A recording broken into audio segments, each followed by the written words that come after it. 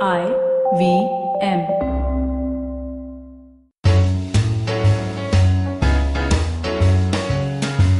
Hi, I'm Satyajit.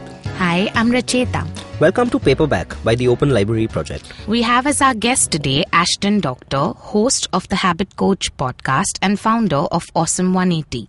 In this episode, we discuss the book The Richest Man in Babylon by George Carlson. In the second half, we also discuss Tools of Titans by Tim Ferris, Deep Nutrition by Kate Shanahan, The Compound Effect by Darren Hardy, and Joy on Demand by Chade Meng Tan. Ashdin speaks about how tiny little habits have a disproportionate positive effect on our lives. From the habit of investing to interviews of world-class performers, habits that keep us healthy and how happiness and joy come to fruition through practice. Let's listen in.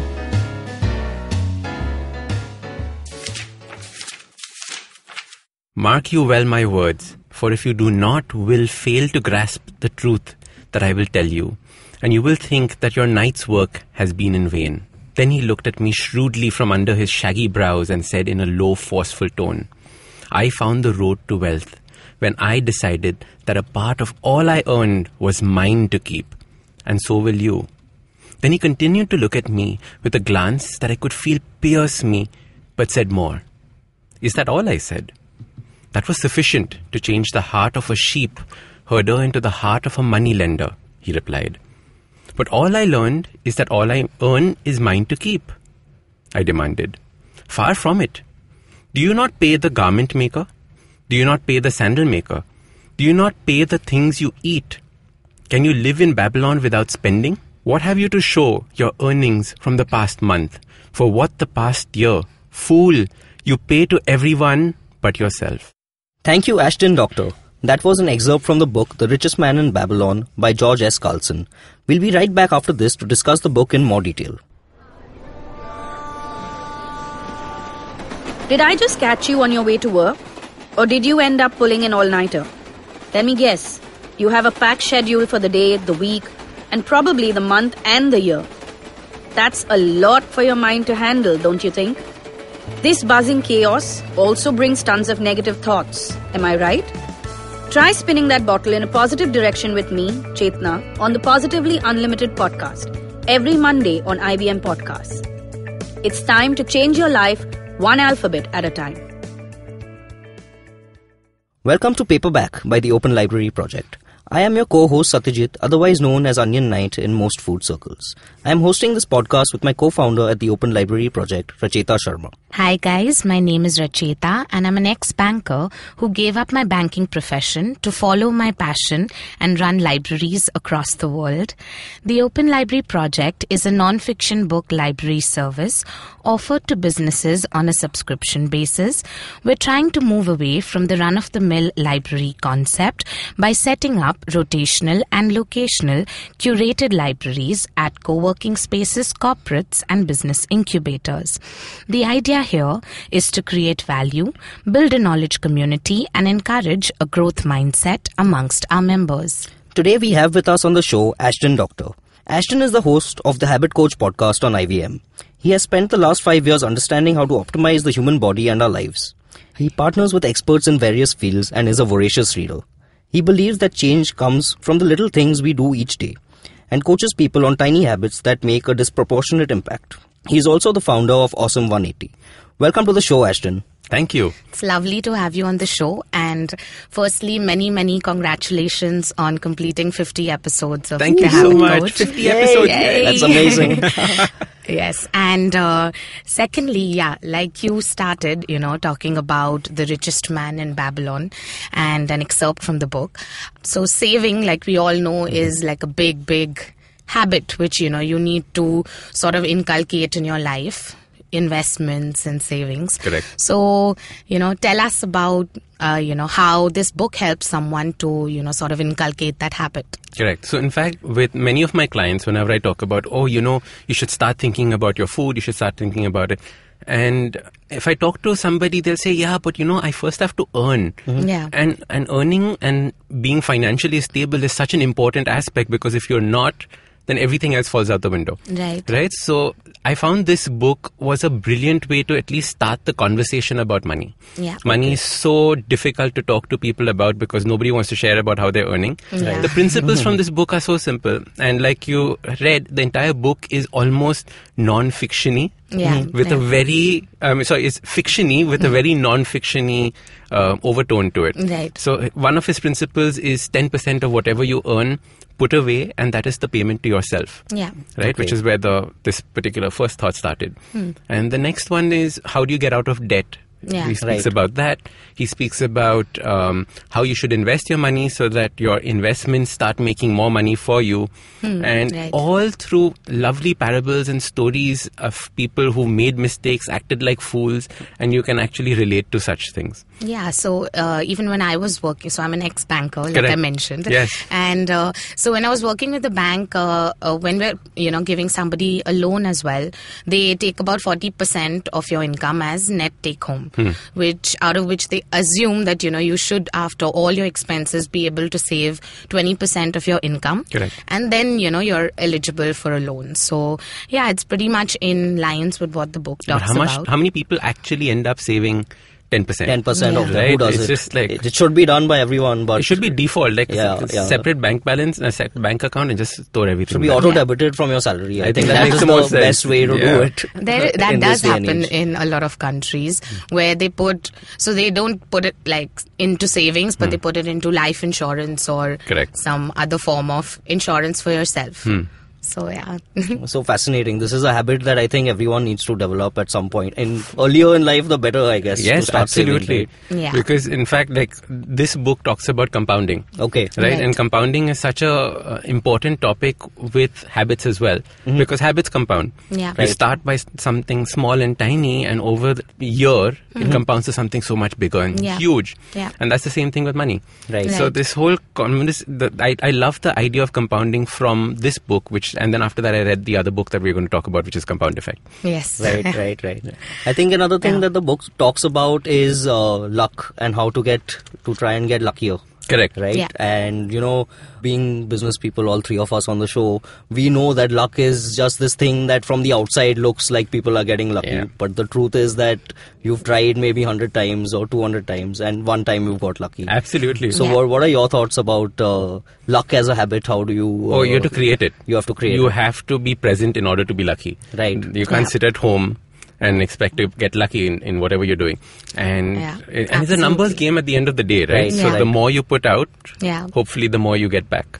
In fact, that's what it says, right? Even your luck is based on opportunity, which is based on you making an attempt every single day. So that's also an habit. Like, they give the example of Jerry Weintraub and how he called Elvis's secretary 365 times to connect with him. And it was on the 365th day that he actually agreed. So it's also an habit, maybe like, to keep calling and being consistent, actually. Correct. That's what it really Win by means. attrition, just like Yeah. Right. So, why don't you take us through some of the habits that you would, consider very, very valuable in terms of investment, or, have you spoken to someone on Habit Coach, or just anything about habits related to investment that you'd like to share with our listeners? So I think there are a couple of things. The first one is that, of course, by default, 10%. Right. Right? That is almost a non-negotiable. If you can save more, go for it. Yeah. What do you do with that 10%? Right? You've saved money. Say after a couple of years, you got interest from it. Yeah. What do you do with that interest? You pull it out and then spend it. Yeah. Right. Right? In the book, there's this line that says that you fool. You've killed your babies. Right? It's Yeah. like, because the interest is supposed to give you more interest. More That's interest. how compounding works. So Right. if you Right. just keep taking it out, it's not going to get you anywhere. Yeah. Right. And there's another part in the book where he talks about how there was this bronze shield maker. Okay. And he was very good at what he did. So this person lent him money, saying that go. And every time he lent him money, the shield maker came back and said, look, I sold this bronze, so I got this. So Yeah. very good. One day the shield maker comes and says that I found this opportunity abroad where this person is selling precious stones dirt cheap. So I'm going to go buy. Do you want to invest? So he said, okay. And they ended up making a loss in that. So this Right. guy says, fool, what does a bronze maker know about precious precious metals? stones, right? So Yeah. before you trust your money with people, Yeah. make sure that the person knows what they're doing, right? And talking about. Yeah. So who are you taking your advice from becomes such an important thing when Absolutely. you're thinking about money. Yeah. Right. Makes a lot of sense. In fact, we were listening to some of your earlier podcasts and I found them so fascinating because they're just bite-sized, bite-sized episodes, and you get such massive takeaway from it, because if you happen to listen like 2, 3, 4 together, it's just later on in the day it just strikes you, like I was listening to the University on Wheels, which was one of the episodes that you did, and I just found it amazing that you're suggesting to people that you should read on the way in the train or put on an audiobook in the car, because in these times we are all so bound for time that making reading a habit is also becoming difficult. The number of people who write in say, how do I make reading a habit? Yeah. In fact, that's something that we should talk about on on this show, because I keep telling people that you have so much time that you're wasting. Yeah. Right. You can listen to books now. Right. Yeah. Audible's out in India especially. Yeah. So you should start using this time, which was unproductive, productively. Yeah. Right. There's no need to actually sit down and read. Yeah, the medium doesn't matter. It could be a podcast. It could be like, listening to an audiobook. It could just be summaries. Yes. It at least, gives you some lessons or takeaways from the book, which you can reflect on later. Yeah. And in fact, so when I say this to the people at IVM, they cringe, but I listen to all my podcasts and audiobooks at 2x. So when at 2x speed, huh? Yeah, 2x speed. So when I'm a Bombay-Pune trip, which is like 3 hours, is 6 episodes of 1 hour each, gone. So it's so interesting, because all I want is that little, I didn't know this. Right. Because the ultimate, the takeaway for me when I'm listening to a podcast or a book is that I never thought of that. Right. That one moment where you're like, really? Like, now everything makes sense. Yeah. Right? True. Yeah. When that lightning strikes, right? Usually when reading autobiographies and biographies, I usually find, a similar problem that I have faced in my business, but it's been handled completely differently by the person writing the book or the person. And the way the person thinks about it is so different. It's so different from what I've personally done or what I plan to do, that it strikes me that there are so many more possibilities of the ways of doing things. Correct. And that's one of the major reasons actually why I got into reading myself, is because I was able to access the intelligence of other people's minds, Right. Other people's experience. Yeah. Right? And then try and sort of apply it to my business or my life practices. So that's why one of the major reasons why I read non-fiction. It's mentors freely available to Exactly. Yeah. And now Absolutely. and it's like all tried and tested. Yeah. It's, their strategies which succeeded. So and learn about the failures. and learn about their failures. So you guys learn so much from that. Yeah. But we are at this crossroads of, not crossroads, but so many different ways of accessing information. Now we have our paperback books, we have Kindles, and we have Audibles, etc. And the way I'd like to use it is I use each of these for different kinds of books. Yeah. Okay. So, for example, I use paperback and physical books for things I want to go back and refer to constantly. Okay. Right? Kindles I like to, it's an interesting book. I probably know everything in it, but I need to see if there's something. So I swipe through it much Skim faster through it. in a Kindle. And then Audible, now that it's out and you have this fantastic membership, 12 free books almost a year. Yeah. Right? It just, all my really thick books that will take too long to go through. Yeah. Those are Audible books. So all your Sapiens, Homo Deus, etc. The Verbos. So that's fascinating. Yeah. And you being a habit coach yourself, your podcast is literally, like you mentioned, that we have mentors that. So I like to say that the mentors don't know that they are our mentors, even though absolutely. we may be imbibing a lot of their knowledge because it's just so easily accessible. Correct. So even your podcast, the Habit Coach podcast, is definitely something I think that has a global reach. Thank you. Yes. It's a fascinating and really interesting podcast. In fact, one of the things that we talk about in habit formation is gratitude as a habit, right? Right. And there are so many times that I've finished a book and I've written down in my gratitude journal, thank you for this particular author or another. Yeah. Because I was like, it opened my mind in so many different ways. Right. And that person will obviously never know who I am or what I'm talking about, but you're definitely thankful for that information and the way it's changed your behavior or like the way you react to things. Amazing. Yeah, or even thank you notes. So that's something I really want to do this year. That, when I feel that somebody has done something for me and I really want to show my gratitude. When you write a handwritten note, whatever you may say, it adds a lot of, personal touch to what you're saying. So definitely that's something that I feel makes a big difference. Impact. Yeah, it makes a difference. Big impact. Yeah. Another thing I like doing from a thank you note perspective is I like giving out books to people. Yeah, that's the best gift. Right, with something. So those are my favorite kind of people. Just gifting books to everyone, all the time. I think the Tim Ferris book, the one that, this is Tools of Titans, he has another book on mentors. Yeah. Right. And Tribe of Mentors, it's called. I've given that to so many people because it's just, you'll find something something useful you'll find will in click. this. Something will click. Yeah. On that note, we're going to take a short break and we'll be right back to discuss a few more books. Hello, everybody. Welcome to another great week on the IVM Podcast Network. If you're not following us on social media, please make sure you do. We're IVM Podcast on Twitter, Facebook, and Instagram. This is a really exciting week. We've got 2 really big shows releasing this week. The first show is Dreaming with Your Eyes Open with Ronnie Screwwala. This is a companion podcast to Ronnie's best-selling book, Dream with Your Eyes Open. On this podcast, Ronnie shares his vast entrepreneurial experience and takeaways from each chapter with me. New episodes will be out every Tuesday. And also, don't forget to listen to the audiobook. The audiobook's available for free on our website and a whole bunch of other platforms. You'll find it wherever you look for it. The second show that we're really excited about is called The Note with famous journalist and news editor Maruk Inayat. She cuts the clutter and analyzes the stories that matter to you. Join her on the podcast where she gives you pure analysis on what's happening around you. This week, she has a 3-part exclusive series about the Indian elections. Speaking of the Indian elections, also check out the latest episode of Thale Harate, Simplified, Ganatantra, The Seen and the Unseen, Election Soundtrack, and Cyrus Says It's Cock and Bull for our thoughts on the elections. On The Seen and the Unseen, Amit Verma talks to David Bose, Executive VP of the Cato Institute, about being a libertarian in 2019 and how to deal with the resurgence of fascism and authoritarianism in politics. On Paisa Vaisa, Anupam talks to Mohan Jayaraman, Regional Managing Director at Experian Asia Pacific, about credit scores and everything you need to know about them. On Geek Fruit, Tinker, Jishnu and Janam break down DC's latest entry into the DC universe, Shazam.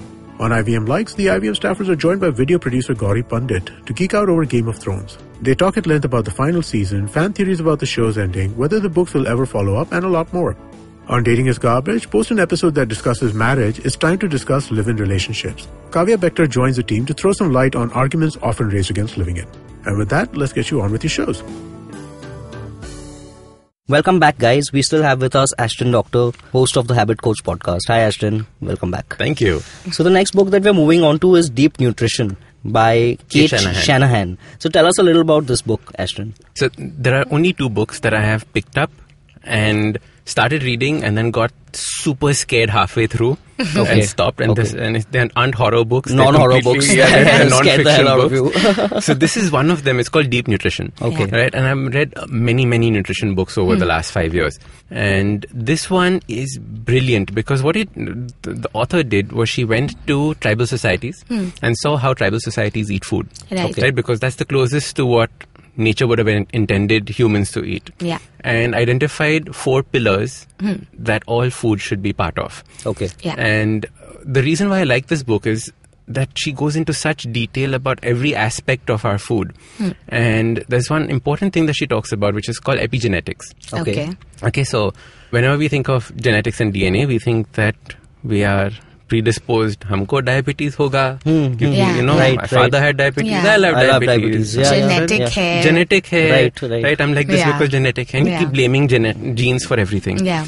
Epigenetics is a new study where they identified that your genes aren't sacrosanct. Okay. You can't change the color of your eyes, but everything else you can. Right? Yeah. It doesn't mean that you will have diabetes. Yeah. If you live a different lifestyle, you won't have diabetes. Yeah. Right. And that's how they're finding out about this.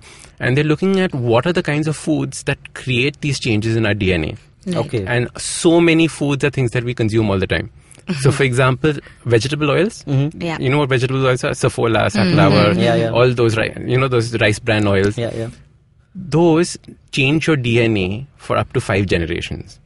Oh. What? Wow. So it's not that you are harming yourself, you're harming your kids. Yeah. Wow. Right? Wow. And that's possibly how the disease is also, that's how they spread. Yeah, and when I keep thinking, our grandparents used to say, hum sab kuch khate the, humko kuch nahi hua. Right. Because your great grandmother didn't have any of this junk at that time. Yeah. You were nicely living for so long. Yeah. Right? So it's so interesting because it puts a complete spin on this. Yeah.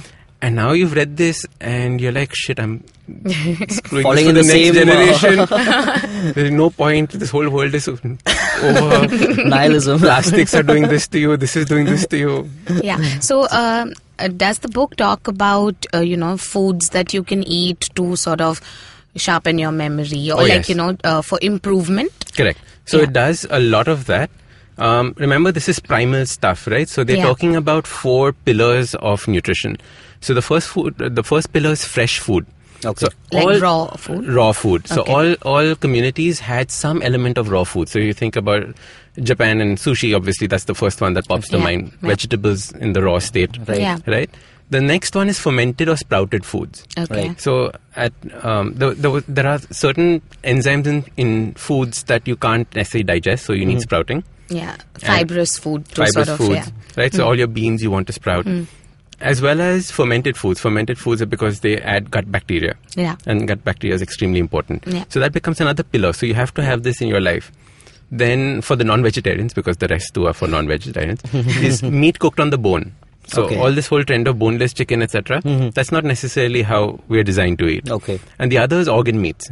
So Okay. things that, we leave aside Yeah. and you don't want to have. So those are the ones that are so nutritionally dense. So like the bone marrow and all, you mean? Or what? bone marrow, liver, Liver, lungs, heart. yeah, all of that. So, before reading this book, I hardly did any of these, Right. and I was like, how am I going to add this back into my food? So, Right. so it says that you should have all these 4 elements. in Correct. it. Your wow. meals should have these elements to them. Okay. So, and it's an interesting journey because adding these is not necessarily what we've grown up eating. Yeah. So you have to create new dishes for yourself that you enjoy, Right. Yeah. right? Yeah. And then you start adding these slowly back Yeah. to your food. Yeah.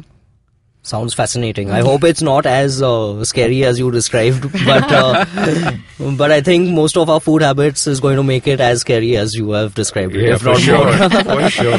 In fact, there's an episode on Habit Coach where you talk about tea Correct. in detail about, how adding milk to tea or adding sugar to tea is where we are completely cutting out all the benefits. Yes. So, can you tell us about some other food habits that people should, probably inculcate where we're doing it wrong? Yeah, sure. So so let me just talk about the tea thing. Yeah. So Britain has the highest number of tea drinkers in the Which world. I also found very surprising. Yeah. Right? Yeah, I The just quantity, didn't isn't believe it it. Yeah, crazy? I couldn't believe it. Right? And even more than China and Japan. Yeah. But why do China and Japan have higher elderly people than Okay. Britain does, like a higher age limit? Yeah. What's going on? So the thing is that tea is extremely good for you because it has something known as polyphenols, which are antioxidants.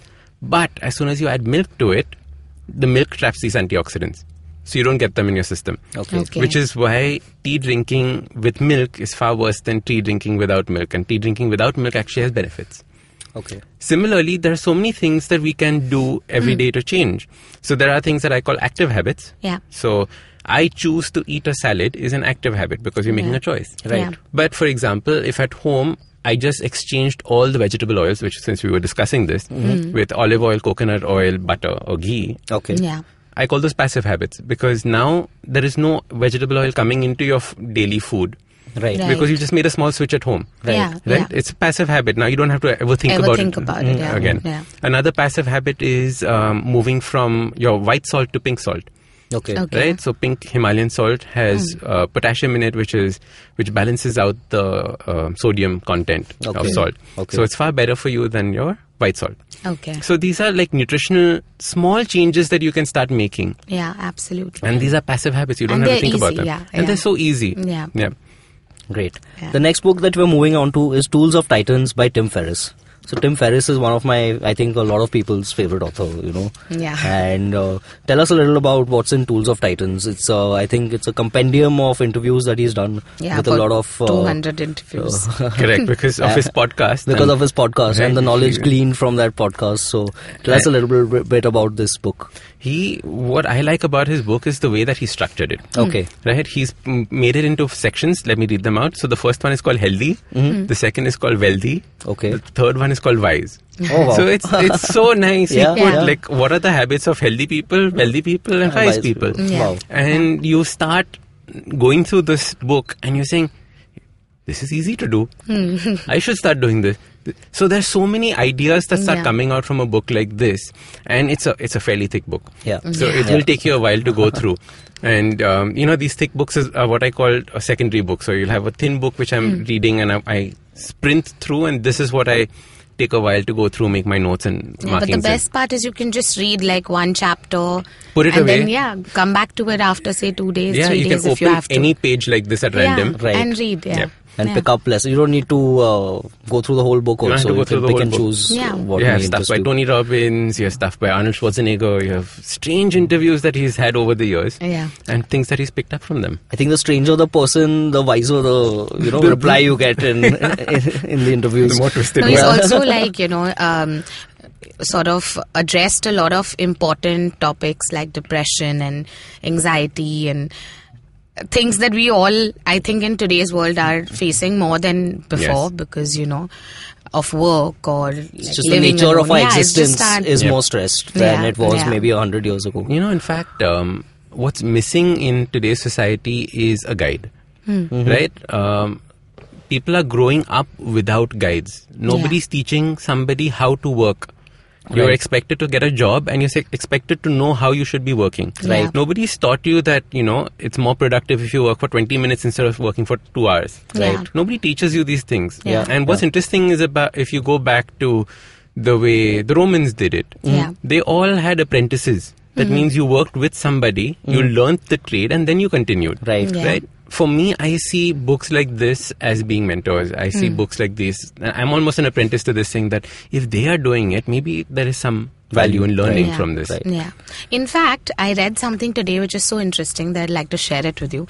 That a lot of these books don't help you learning. It's a sort of unlearning, which is because we are born in this cultural conditioning and we are, told that things are to be done this way or that way. And that's what forms your beliefs.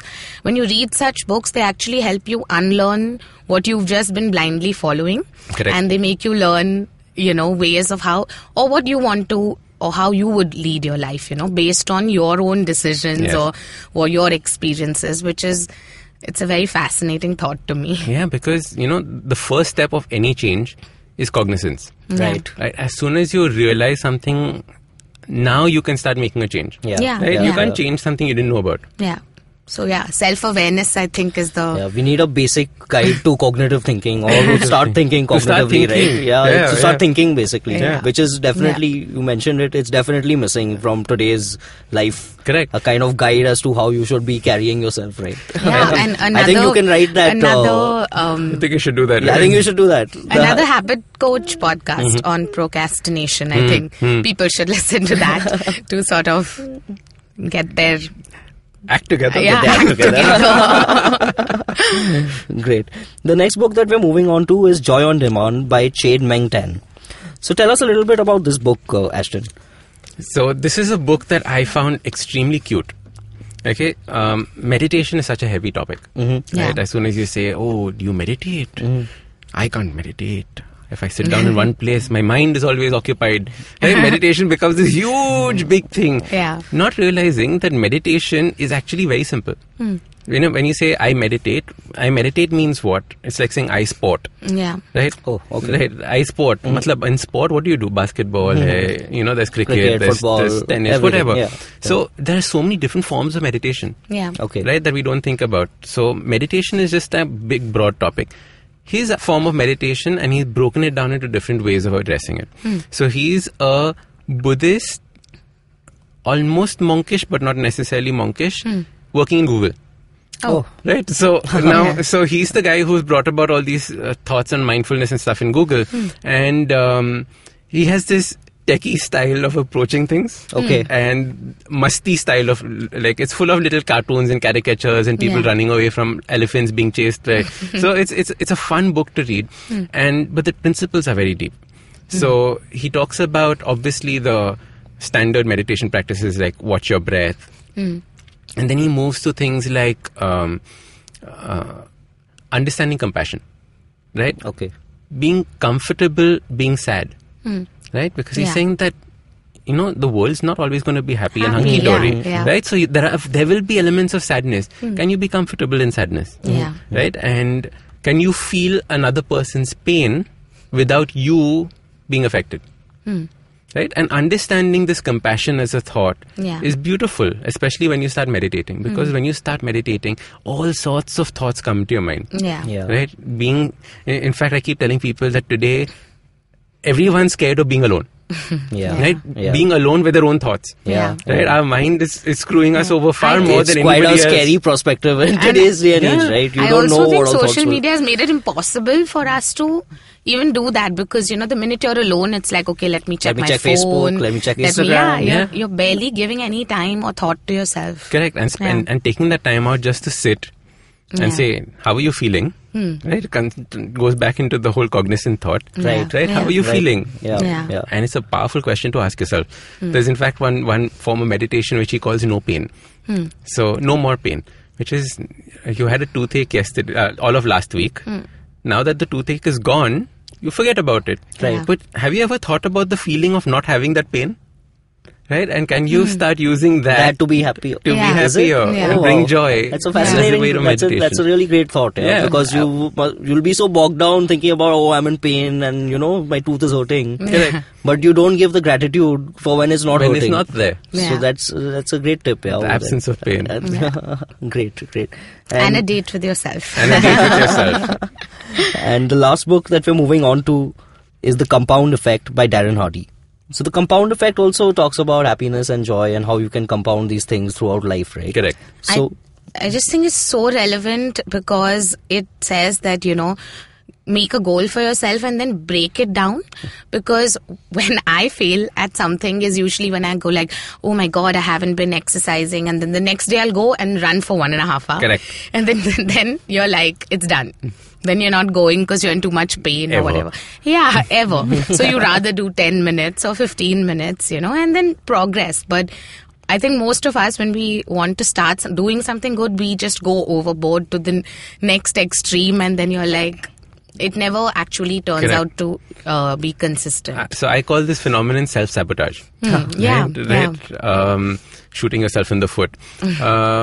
My favorite example is of this person who said that, tomorrow is New Year.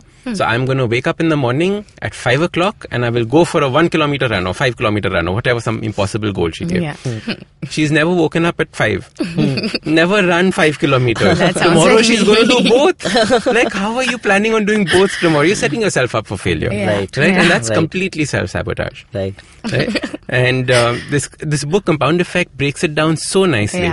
I didn't buy it thinking it was a habit book. I bought it thinking it was a finance book. Oh, okay.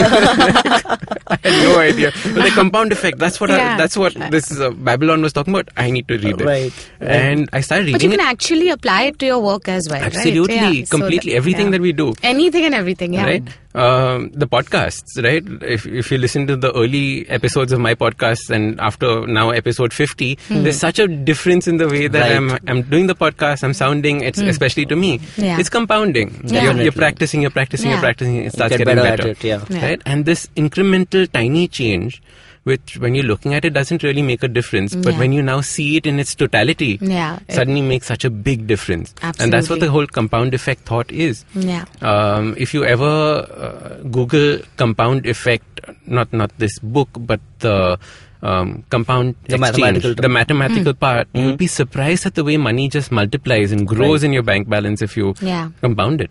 I think another thing that they talk about about the compound effect is the momentum gained from compounding your habits over time. Yes. And I find that fascinating. Like you said, you're setting up with your friend who tried to go for the run at 5 in the morning and for a 5 kilometer run. If you just start with small increments, I think you're much more able to accomplish that goal that you set yourself, even if it may be impossible when you begin it. Correct. Right? When you start off, it might seem crazy even to try and imagine doing something like this, but smaller, maybe 5 steps more every day or 10 steps more every day. Just a little bit more. Just a little bit is the consistency is the important thing.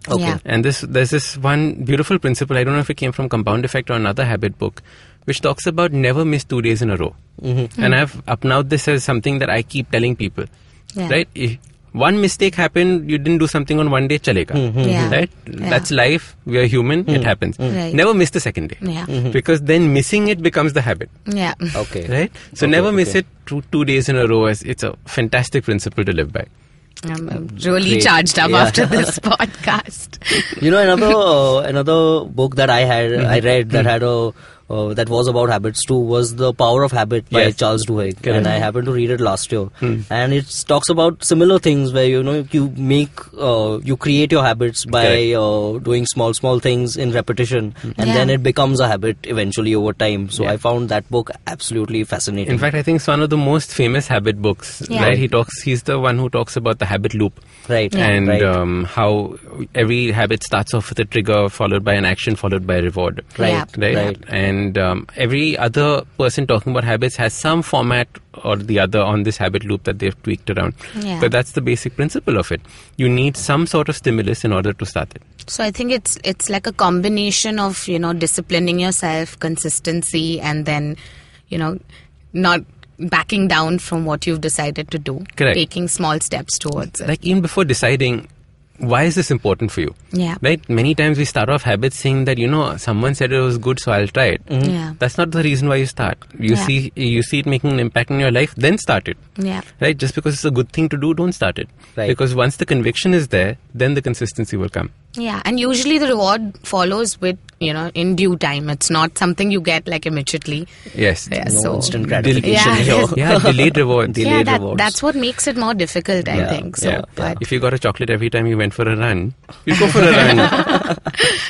yeah. No, but the thing is, then you'll be like, oh my God, I ran for so long. I I'm not deserve going to this chocolate. No, I would be like, I will never eat this chocolate. I know how hard it was to lose those calories. No. In my plump and tubby days, I used to do exactly that. I would go for a walk, because walks are what you did, and then I would stop at Cafe Coffee Day and have a chocolate mocha with 2 sugars in it. Great. Wow. That's the balance. So, before we wind up, we would love to hear one of your favorite quotes from one of these books, whichever book. So this you is from like. The Compound Effect. Great. Okay, it's called Owning 100%. In that seminar I attended at 18, the speaker said, "What percentage of shared responsibility do you have in making a relationship work better?" I was a teenager, so wise in the ways of true love. Of course, I had all the answers. 50-50, I blurted out. It was so obvious. Both people must be willing to share the responsibility evenly, or someone's getting ripped off. 51-49, yelled someone else, arguing that you'd have to be willing to do more than the other person. Aren't relationships built on self-sacrifice and generosity? 80-20, yelled another. The instructor turned to the easel and wrote 100-0 on big black letters. You have to be willing to give 100% with zero expectations of receiving anything in return, he said. Only when you're willing to take that 100% responsibility for making the relationship work, will it work. Otherwise, a relationship left to chance will always be vulnerable to disaster. I like this quote because it's not just about responsibility and relationships, but in everything. It applies to all. Right? Absolutely. You can't forms of blame life. others for your failings. It's all Yeah, 100% your responsibility. The buck stops at you, right? Buck stops at you. Thank you, Ashdin Doctor, for being with us on the show today and sharing your insights on these books. We look forward to having you on the show again. Thank you.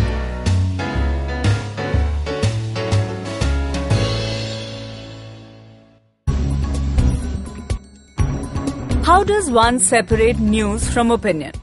I'm Mahrukh Inayat, a news junkie, but not a big fan of debates. I love facts, and I like to stick to them. No frills, just pure analysis. This election season, is Balakot a game changer for 2019? Did Priyanka Gandhi Vadra join politics too late? The Chowkidar Wars. Who's really winning? I will cut the clutter and analyze the stories that matter to you. You can listen to the show on the IVM Podcasts app or wherever you get your podcasts. You say jogging, and I'm telling you a story about a man who dated 3 sisters. You say boss, Kurla, and it's about a guy who went out to a party where they were selling beef. This is Anand Sivkumaran, aka The Croc. My show, The Croc's Tales, You give me a word, I'll tell you a story. Words aapke, kahani aapke liye. Do tune in on Monday and Thursday on the IVM website, app, and anywhere you get your podcast from.